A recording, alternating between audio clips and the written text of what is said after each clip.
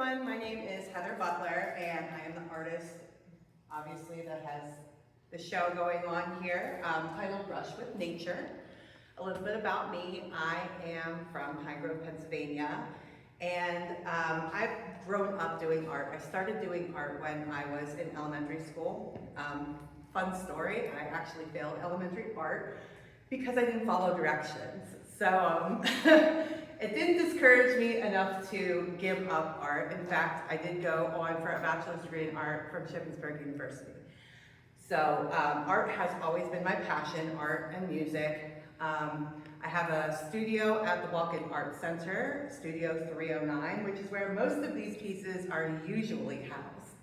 But for now, they are here on display, at least for another few days. And I would love if people come in and see them. We could use a couple more views in the next few days before it disappears on Sunday. The title of the show is Brush with Nature. And most of the pictures here, most of my themes generally have to do with nature. So I have watercolors, that used to be my primary area of focus. I do like to draw as well. But recently I've gotten into more bright and colorful landscapes like you see behind me, which are also nature focused, and they lend themselves really well to those bright colors. So my inspiration for some of these pieces, actually the one over here, the poppies, that one was taken from The Wizard of Oz. We actually did an Oz show at the Walk-In Art Center, and that one is the poppy field. Or my interpretation of it is a little bright for the poppy field. Some of the other ones are either my own pictures as inspiration or places I'd like to visit. So the one down here is actually from the Pyrenees, which I have not visited, but I would like to go to.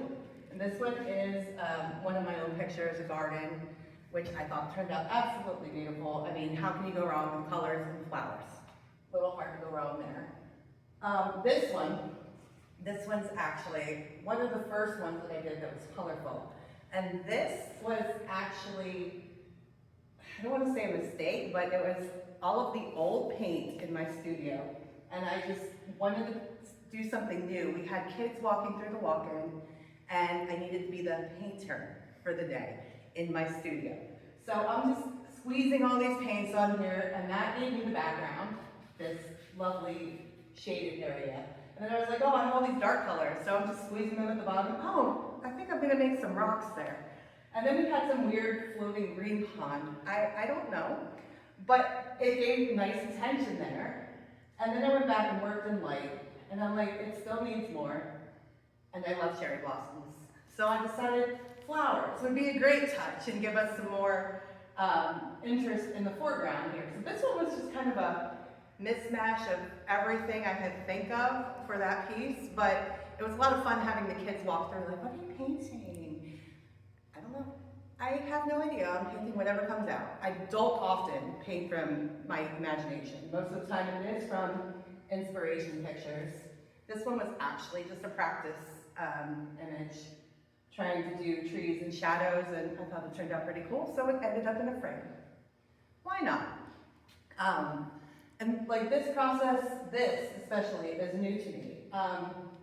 One of the best pieces of advice I can give to most artists is to learn from other artists. Don't stop learning.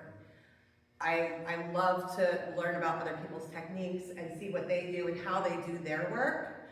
And it actually inspired me to start working in different mediums, different colors. Like I don't work in gouache, but now I do. Gouache is awesome, never would have known. I found a teacher online named Suzanne who actually, she titled her course, Bright and Colorful Landscapes. And I'm like, oh, that's so pretty. And the more I looked into her stuff, I'm like, well, her pictures are okay. But the thing that sold me was her process. She put in her spiel, she was going to teach you her process and how to get good reference photos and how to get good values and all of that. And I was like, oh, that would be more valuable to me than how to paint pretty colors as a landscape. So I took her course, and it was like 6 or 7 lessons, and it was the most wonderful thing ever because I didn't have a process. My process was, here's a white canvas, put some stuff on it. Like, I can't tell you how many times I was shut down and intimidated by huge spans of white canvas. And I just, like, I've had ones that were half finished. That mountain piece that everybody comments on, that sat in my studio, half finished, since I got my studio in 2021. And all that was on it when I brought it back to try and finish it was some yellow and blue mountains and a little bit of stripes in the bottom for water reflections, and that's it. And I'm like, what am I going to do with this?